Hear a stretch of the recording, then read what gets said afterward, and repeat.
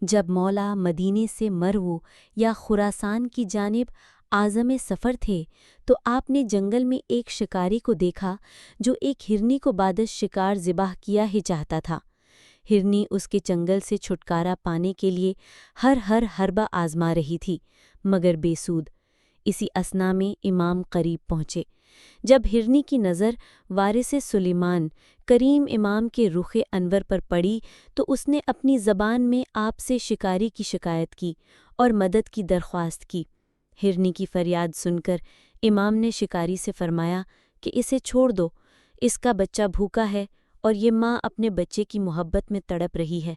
ہم ضمانت دیتے ہیں کہ جیسے ہی یہ اپنے بچے کو دودھ پلا چکے گی تمہارے پاس واپس آ جائے گی۔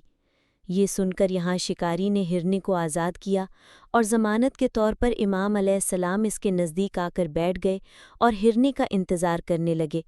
امام مطمئن جبکہ شکاری مضطرب رہا اور اپنے فیصلے پر پچھتانے لگا، لیکن امام پر ایمان و اطاعت میں یہ جانور کئی انسانوں پر سبقت لے گیا، اور شکاری یہ دیکھ کر ششدر رہ گیا کہ ہرنی اپنے بچے کی بھوک مٹا کر واپس آئی اور شکریہ کے اظہار کے طور پر اپنے کریم امام کے قدموں میں اپنا سر رکھ کر بیٹھ گئی۔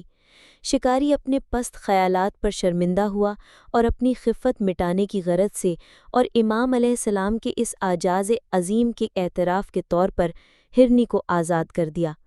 اس طرح ایک ماں کی محبت بھری ممتا کا احترام امام رضا علیہ السلام کو ضامن آہو کا لقب دلوا گئی، اور اس تاریخی واقعہ کے بعد امام ضامن بھی کہلائے جانے لگے۔